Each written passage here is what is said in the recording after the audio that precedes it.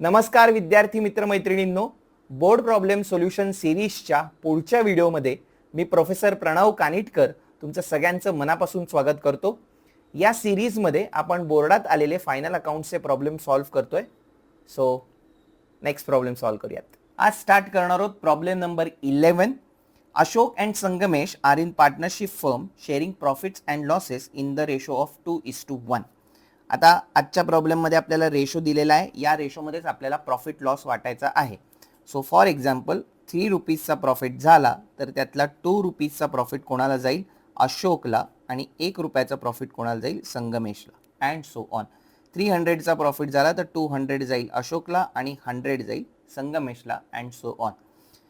From the following trial balance and adjustments given below, prepare trading and profit and loss account for the year ended 31st March 2016 and balance sheet as on that date। Trial balance दिलाय। Trial balance मधल्या प्रत्येक आयटमचा एक effect द्यायचा आहे आणि ॲडजस्टमेंटचे दोन effects द्यायचे आहेत। पहिले आलंय प्रीपेड इन्शुरन्स। बॅलन्स शीटच्या ॲसेट साईडला रेकॉर्ड होईल, एकच इफेक्ट द्यायचा आहे। प्रीपेडचा अर्थ काय? की आपण पैसे पे केलेत, आपल्याला सर्व्हिस मिळायची म्हणजे बॅलन्स शीटच्या ॲसेट साईडला रेकॉर्ड करणार। पुढे आला इन्शुरन्स, रेकॉर्ड होईल पी&एल अकाउंटच्या डेबिट साईडला। एक्सपेंडिचर आहे आणि त्याचा प्रोडक्शन, मॅन्युफॅक्चरिंग, ट्रेडिंग काही संबंध नाही, त्याच्यामुळे रेकॉर्ड होईल पी&एल अकाउंटच्या डेबिट साईडला। पुढे आलाय आरडीडी। ट्रायल बॅलन्स मध्ये जेव्हा आरडीडी येतो त्याला म्हणतात ओल्ड आरडीडी। ओल्ड आरडीडी आला की लगेच विचार केला पाहिजे की फॉर्म्युला लिहायचा आहे का नाही। ओल्ड आरडीडीचं डिस्कशन मी या प्लेलिस्टच्या व्हिडिओ नंबर 2 मध्ये आणि व्हिडिओ नंबर 7 मध्ये डिटेल डिस्कशन केलेलं आहे। फॉर्म्युला कधी लिहायचा ते पण डिस्कस केलेलं आहे आणि फॉर्म्युला काय लिहायचा ते पण डिस्कस केलेलं आहे आणि ते लिहून सुद्धा दिलेलं आहे। सो प्लीज आधी ते व्हिडिओ बघा आणि मग या व्हिडिओवरती या। आरडीडी ओल्ड आरडीडी दिलाय म्हणल्यावर आपल्याला बघायला पाहिजे की बॅड डेट्स आणि न्यू आरडीडी दिलेत का। बॅड डेट्स ट्रायल बॅलन्स मध्ये किंवा ॲडिशनल बॅड डेट्स हे ॲडजस्टमेंट मध्ये, आणि न्यू आरडीडी आणि ओल्ड आरडीडी हे सगळं जर एकत्र आलं असेल तर आपण फॉर्म्युला लिहितो पी&एलच्या डेबिट साईडला। काय फॉर्म्युला लिहितो? 2 bad debts add additional bad debts add new RDD minus old RDD. आता ओल्ड आरडीडी तर दिसतोय, आपण ट्रायल बॅलन्सला जस्ट एकदा बघूयात की बॅड डेट्स दिसत आहेत का।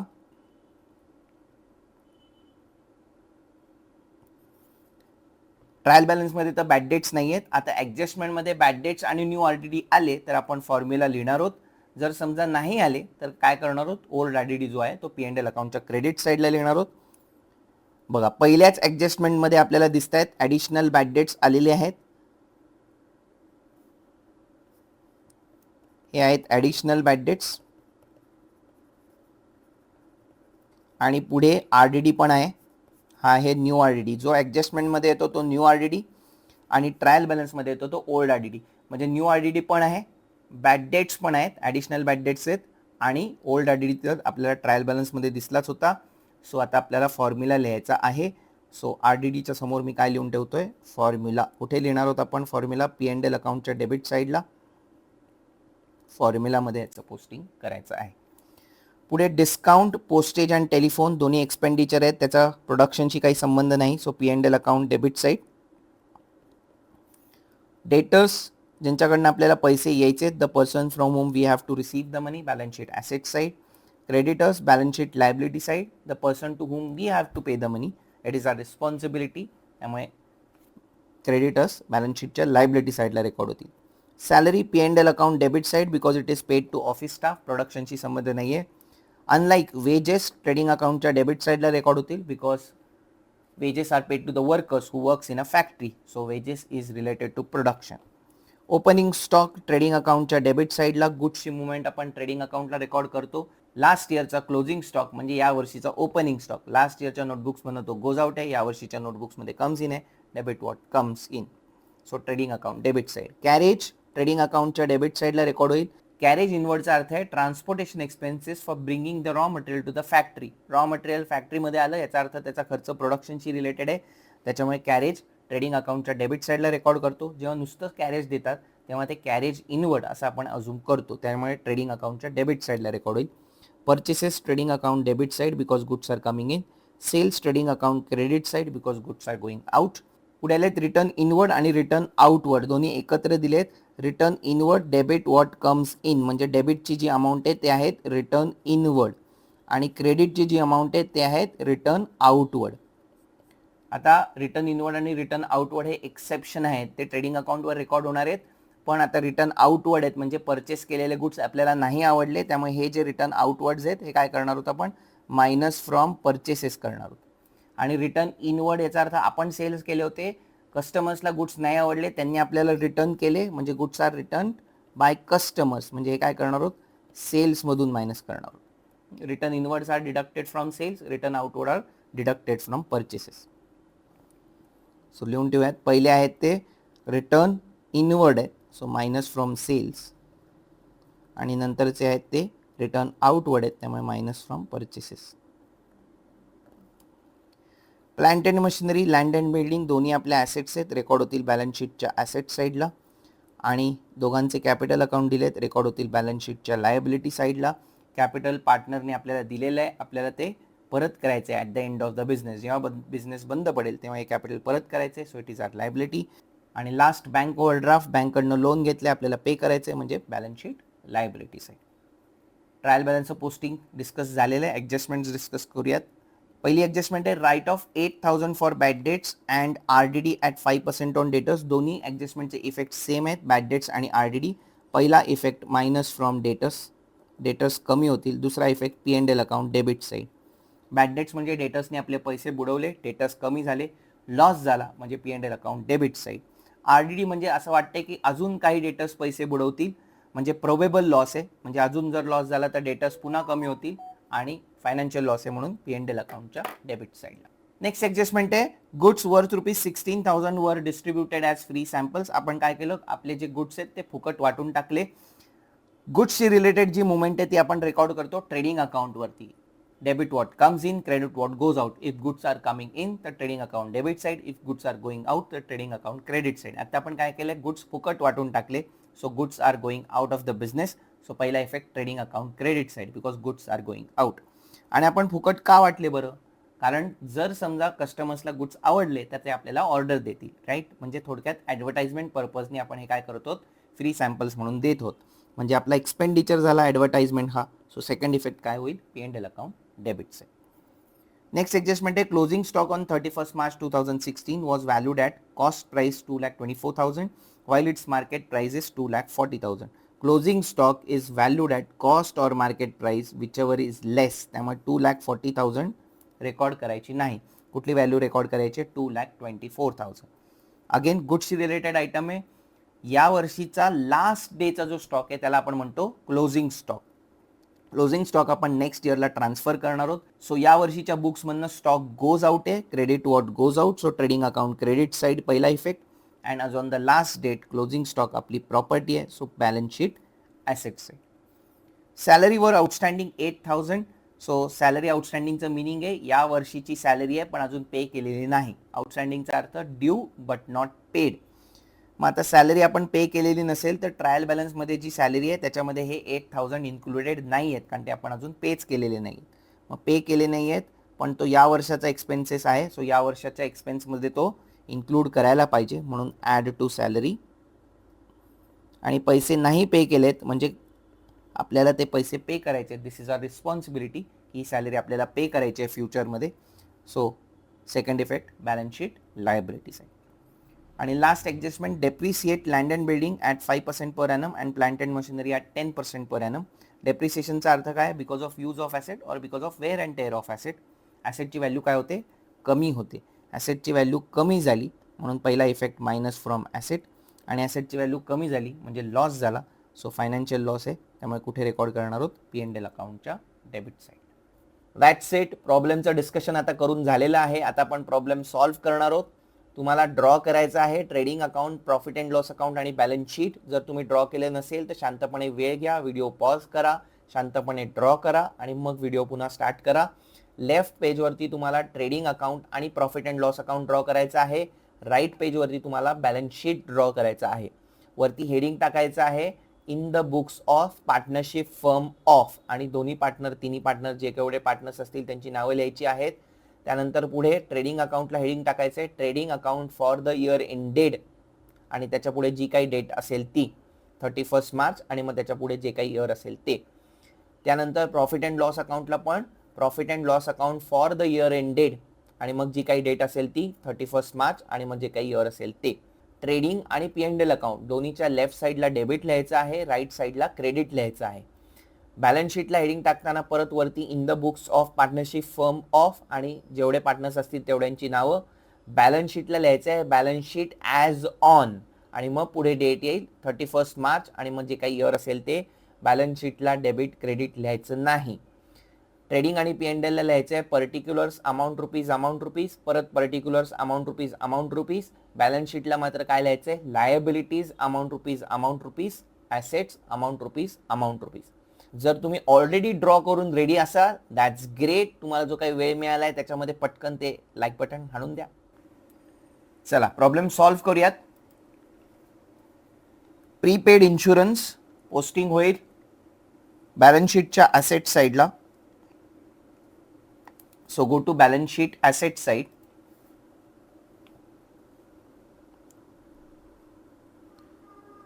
Prepaid insurance.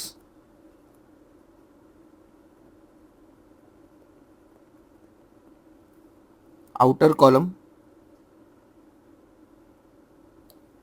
3,200. Next insurance P&L account debit side. So go to P&L account debit side. इन्शुरन्सला ॲडजस्टमेंट नाही आहे so outer column.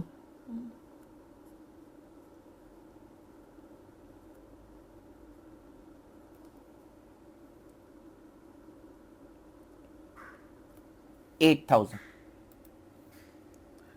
Next old RDD आपल्याला फॉर्म्युला लिहायचा आहे. फॉर्म्युला कुठे लिहिणार आहोत P&L अकाउंटच्या डेबिट साईडला. So go to P&L account debit side. काय फॉर्म्युला लिहायचा आहे to bad dates, add additional bad dates,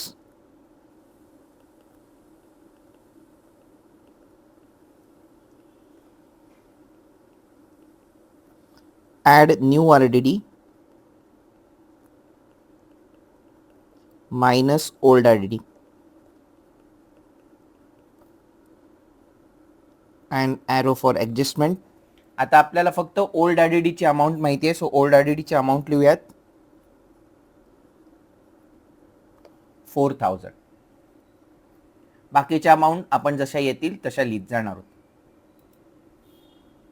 पुढचं पोस्टिंग आहे डिस्काउंट. कुठे लिहिणार आहोत P&L अकाउंटच्या डेबिट साईडला. So go to P&L account debit side. Discount P&L account debit side. डिस्काउंटला पण ॲडजस्टमेंट नाही आहे so outer column.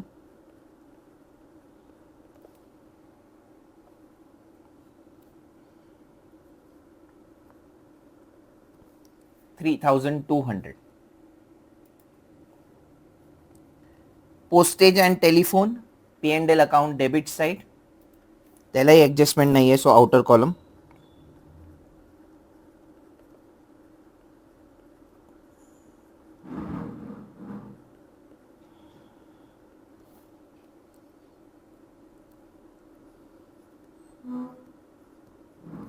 $12,800.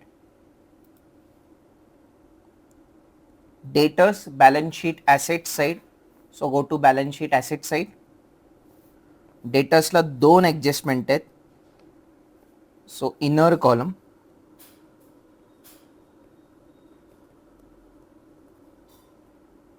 Debtors balance sheet asset side inner column 2,64,000 and now leave 3 lines blank arrow for adjustment.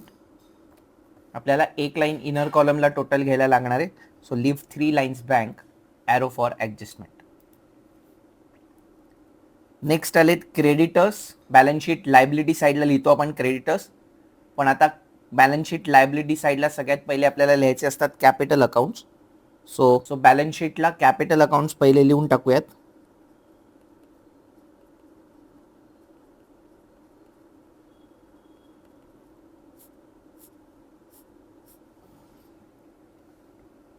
दोन partner आहेत. पहिला partner आहे Ashok. Leave 3 lines blank. आणि दुसरा पार्टनर आहे Sangamesh.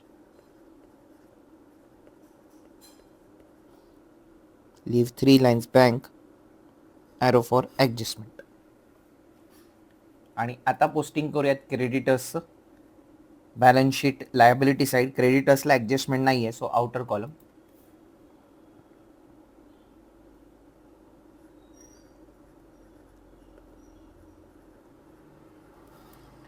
Creditors balance sheet liability side, outer column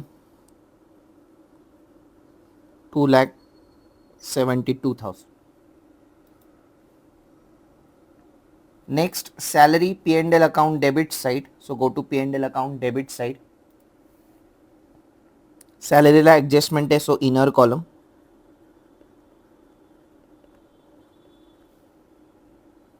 $2,24,000. One line blank, arrow for adjustment. Next, wages trading account debit side. So go to trading account debit side. पहिली line मात्र सोडायची आपल्याला opening stock साठी. So next लाईनवर to वेजेसला adjustment नाही आहे, so outer column 96,000. Opening stock trading account debit side, adjustment नाही आहे, सो आउटर कॉलम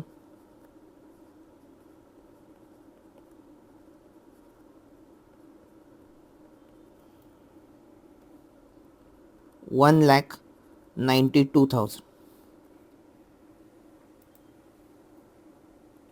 कॅरेज, नुसतं कॅरेज देतात तेव्हा ते असतं कॅरेज इनवर्ड. पोस्टिंग होईल ट्रेडिंग अकाउंटच्या डेबिट साईडला.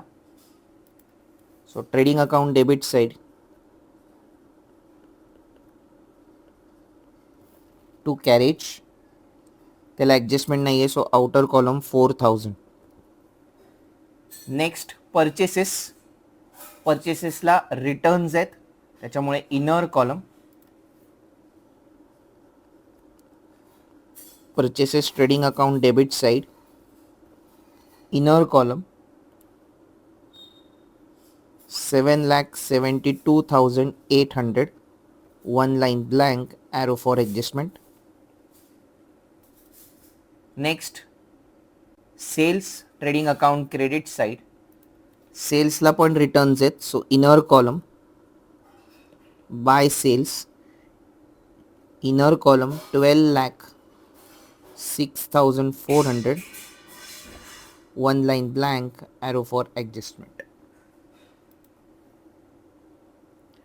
नेक्स्ट आलेत रिटर्न इनवर्ड आणि रिटर्न आउटवर्ड. रिटर्न इनवर्ड आपल्याला मायनस करायचे आहेत सेल्स मधून,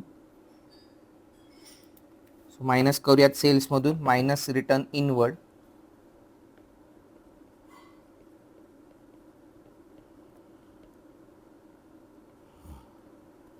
रिटर्न इनवर्डची अमाऊंट आहे 22,400. मायनस करूयात,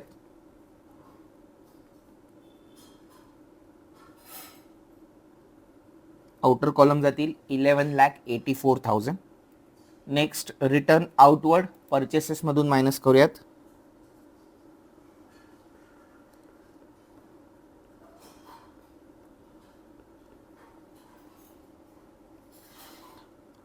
$36,800.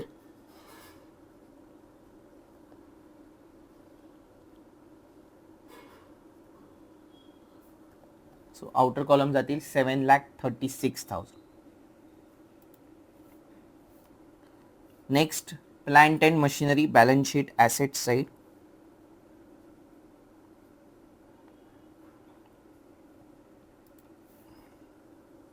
त्याला ऍडजस्टमेंट आहे डेप्रिसिएशनची, so inner column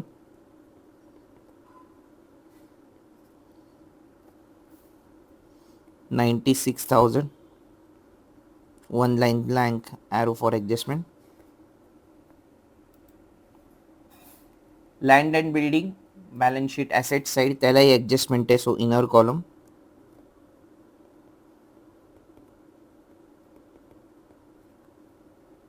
7,04,000,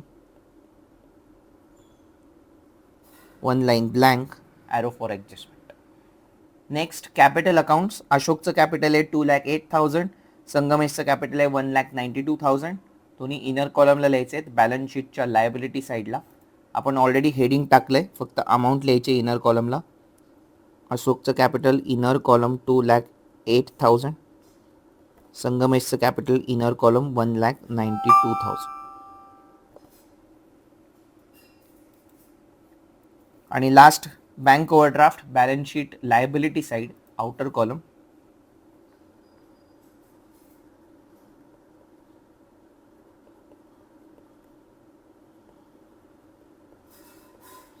bank overdraft balance sheet liability side outer column 4,83,200. Posting झालंय. ॲडजस्टमेंट्स करूयात. ॲडजस्टमेंट करताना प्रत्येक ॲडजस्टमेंटचे आपल्याला 2 इफेक्ट्स द्यायचे आहेत. पहिली ॲडजस्टमेंट आहे write off ₹8,000 for bad debts and provide RDD at 5% on debtors. So एका वेळेला एक ॲडजस्टमेंट करूयात. सो पहिली ॲडजस्टमेंट बॅड डेट्सची करूयात. बॅड डेट्स म्हणजे काय, डेटर्सनी आपले पैसे बुडवले, सो डेटर्स कमी होतील, त्याच्यामुळे डेटर्समधून मायनस करायचे. सो पहिला effect minus bad debts 8,000 minus करूयात. सो मायनस केले तर राहतील 2,56,000. इनर कॉलमलाच ठेवायचे का, कारण की आपल्याला अजून एक ॲडजस्टमेंट करायची आहे डेटर्सवर. सो म्हणून अमाऊंट इनर कॉलमलाच ठेवली. याचा सेकंड इफेक्ट जाईल P&L अकाउंटच्या डेबिट साईडला. So go to P&L account debit side. फॉर्म्युलामध्ये आपण ऑलरेडी फॉर्म्युलामध्ये बॅड डेट्स आणि ॲडिशनल बॅड डेट्स लिहिलेत. हे ॲडजस्टमेंटमधले बॅड डेट्स आहेत, त्यामुळे ॲडिशनल बॅड डेट्सच्या समोर लिहूयात 8,000. ट्रायल बॅलन्समध्ये तर काय बॅड डेट्स नव्हते, सो बॅड डेट्स समोर डॅश.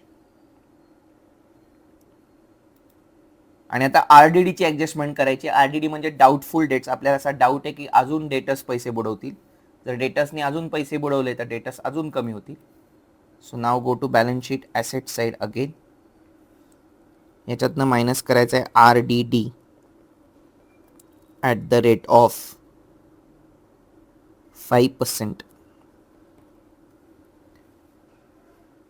आता RDD कशावरती काढायचा, 2,56,000 जी इनर कॉलमला टोटल राहिली आहे त्याच्यावरती RDD काढायचा. तुम्ही शिकलायत 1 0 कट केला की किती होतात, 10%. सो 2,56,000 वरचा जर 1 0 कट केला तर किती होतील, 25,600. हे किती होतील, 10%. पण आपल्याला 10% नको आहेत, आपल्याला पाहिजेत 5%. सो हाफ करा.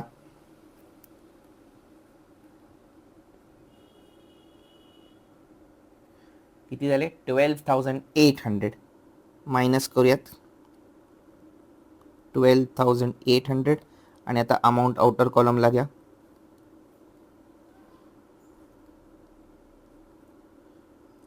सो आउटर कॉलम येतील 2,43,200.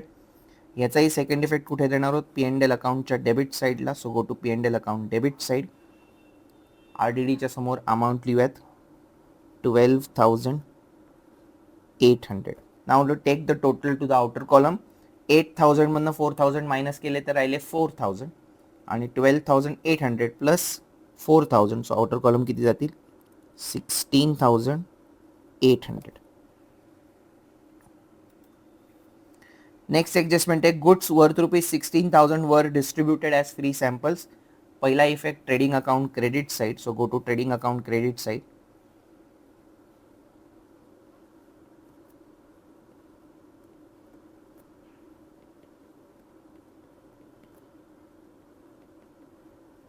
by goods distributed as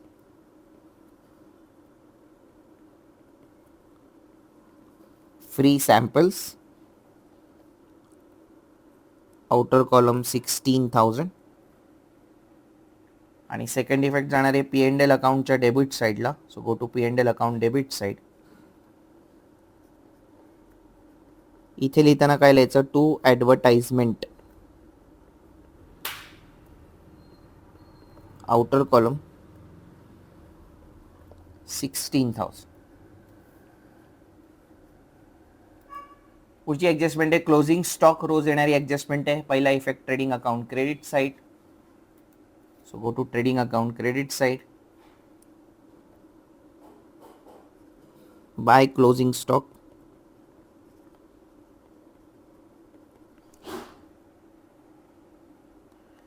outer column 2,24,000. Second effect, balance sheet asset side, closing stock,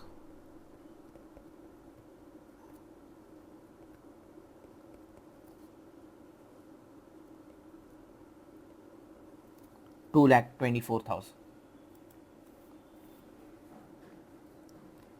पुढची ॲडजस्टमेंट आहे सॅलरी आउटस्टँडिंग आहे 8,000. सॅलरीमध्ये ॲड करायचं आहे, so go to P&L account debit side. सॅलरीमध्ये ॲड करूयात, add outstanding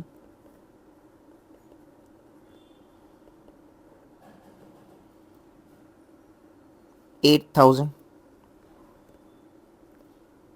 so outer column जातील 2,32,000. Second effect, balance sheet liability side,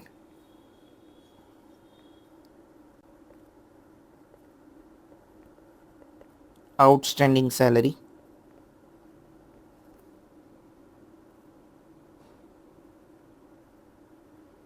8,000.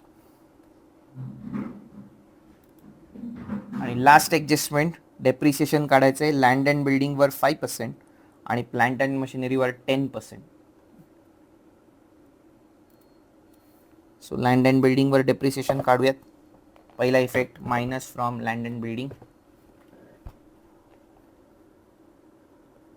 Minus depreciation at the rate of 5%. 1,0 cut केला की 10%. सो 1,0 कट केला तर किती होतील 70,400. हे होतील 10%. ह्याच्या हाफ करूयात, 35,200 होतील 5%. डेप्रिसिएशन येईल 35,200. आउटर कॉलमला अमाऊंट घ्या,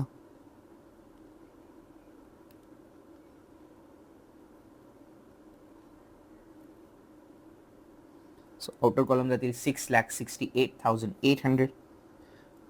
आता डेप्रिसिएशन काढूयात 10%. 1,0 कट केला की 10%. सो प्लांट अँड मशिनरीवर डेप्रिसिएशन येईल 9,600.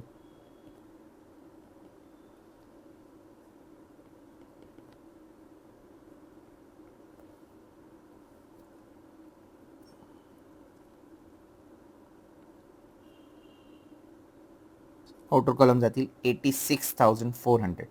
आता या डेप्रिसिएशनचा सेकंड इफेक्ट जाईल P&L अकाउंटच्या डेबिट साईडला. So go to P&L account debit side.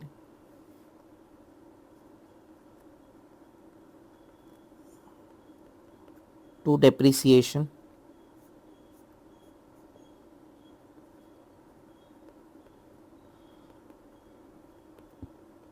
Land and building आणि plant and machinery.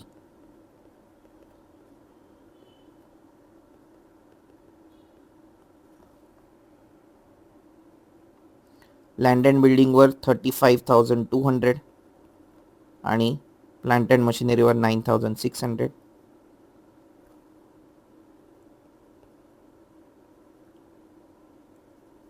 So outer column 44,800. Done. Posting झालंय, सगळ्या ॲडजस्टमेंट्स झाल्या आहेत. आता क्लोजिंग करूयात. सगळ्यात पहिला अकाउंट क्लोज करणार आहोत, trading account. So now go to trading account. बघा कुठली साईड मोठी आहे ट्रेडिंग अकाउंटची. डोळ्याला दिसतंय क्रेडिट साईड मोठी आहे, so take the total of credit side.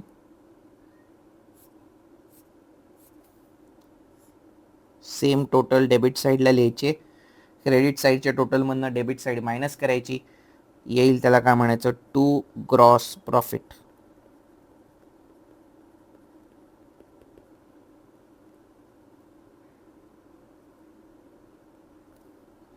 Credit साईडची टोटल येते 14,24,000.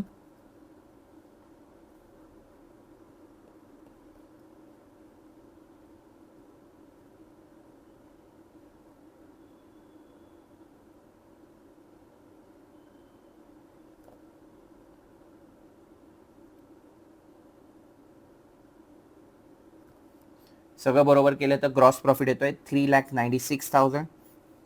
हा ग्रॉस प्रॉफिट ट्रेडिंग अकाउंटच्या डेबिट वरून जाईल P&L अकाउंटच्या क्रेडिट साईडला. So go to P&L account credit side. First line by gross profit.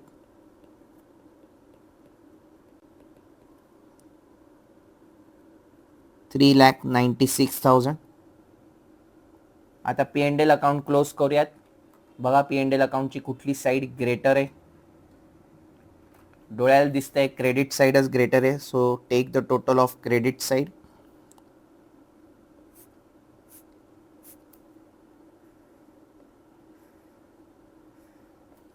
Credit साईडची टोटल येते 3,96,000. सेम टोटल डेबिट साईडला लिहूयात 3,96,000. क्रेडिट साईडच्या टोटलमधनं आता डेबिट साईडची टोटल मायनस करायची येईल, त्याला म्हणायचं टू नेट प्रॉफिट. आणि हा जो नेट प्रॉफिट आहे तो दोन पार्टनर्सना वाटून द्यायचा आहे. पहिला पार्टनर आहे अशोक, दुसरा पार्टनर आहे संगमेश.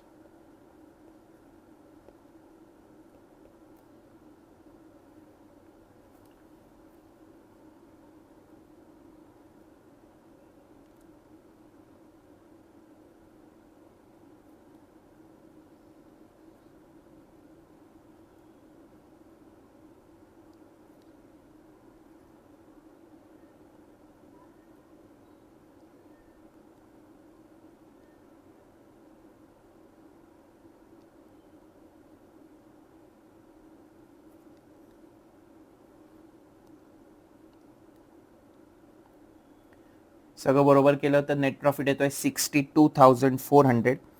हा जो 62,400चा प्रॉफिट आलाय तो वाटायचा आहे आपल्याला अशोक आणि संगमेशला. रेशो काय दिलाय त्या दोघांमधला 2:1. आता काय करायचं, या 2+1 ची टोटल करायची. 2+1 इज इक्वल टू वॉट 3. जो नेट प्रॉफिट आलाय 62,400 त्याला या 3नी काय करायचं, डिवाइड करायचं. आता जे आन्सर येईल 3नी डिवाइड केल्यानंतर त्याला एकदा 2नी मल्टिप्लाय करणार, एकदा 1नी मल्टिप्लाय करणार.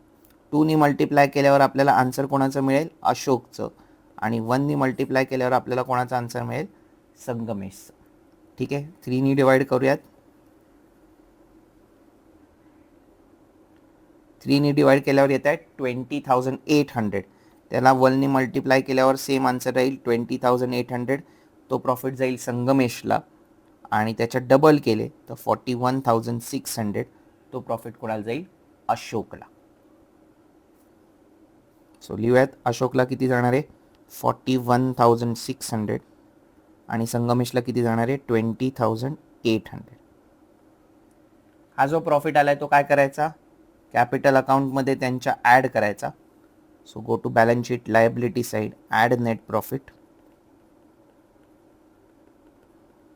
41,600. संगमेशच्या कॅपिटल अकाउंटवर ॲड नेट प्रॉफिट 20,800. आता आउटर कॉलमला घ्या फिगर्स.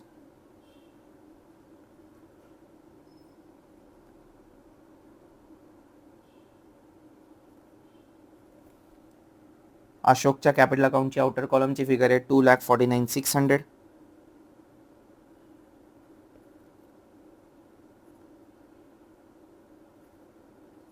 संगमेशच्या कॅपिटल अकाउंटची आउटर कॉलमची फिगर आहे 2,12,800. आता काय करायचंय, टोटल करायचे. अर्थातच दोन्ही साईडची टोटल सेम यायला पाहिजे.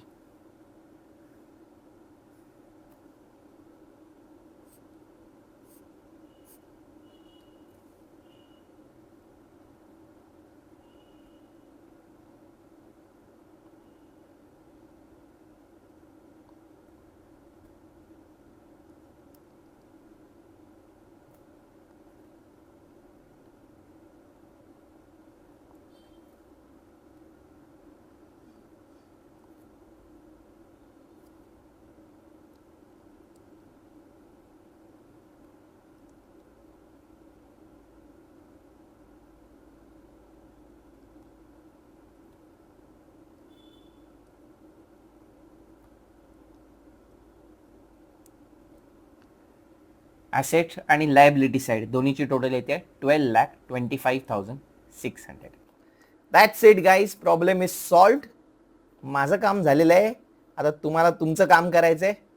तुमचं काम काय आहे, या व्हिडिओला जास्तीत जास्त लाईक करायचं आहे, शेअर करायचं आहे, सबस्क्राईब करायचं आहे, बेल आयकॉन दाबायचा आहे, म्हणजे मी जेव्हा नेक्स्ट व्हिडिओ टाकीन तेव्हा तुम्हाला त्याचं नोटिफिकेशन मिळेल.